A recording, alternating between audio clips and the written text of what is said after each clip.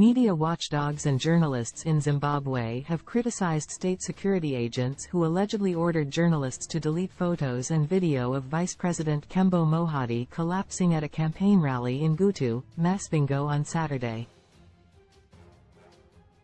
According to a VOA news report, the security detail rounded up journalists and ordered them to erase recordings of the event.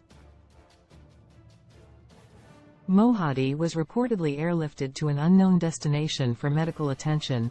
One journalist who spoke to VOA News on condition of anonymity said that soon after Mohadi collapsed at the podium, security agents and some ZANU-PF officials rushed to where journalists were gathered. Said the journalist, "We were asked to delete our footage. Some phones of some journalists were taken for further checks, especially from those from the private media. The phones were taken for 10 to 15 minutes. Soon after that, the security was always on journalists, checking the stories that they were going to write." Some of the officials said, "There's no story about the collapse of VP.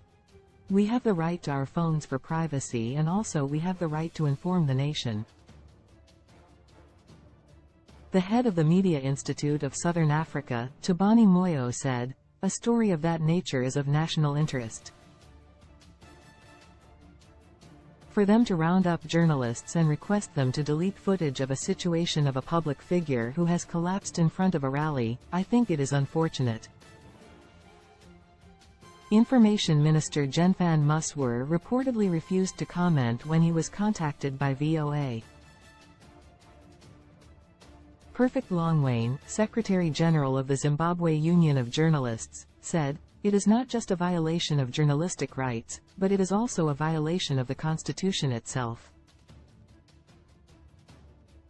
We want to call on government officials to say that they must actually be at the forefront to ensure that the Constitution itself is upheld."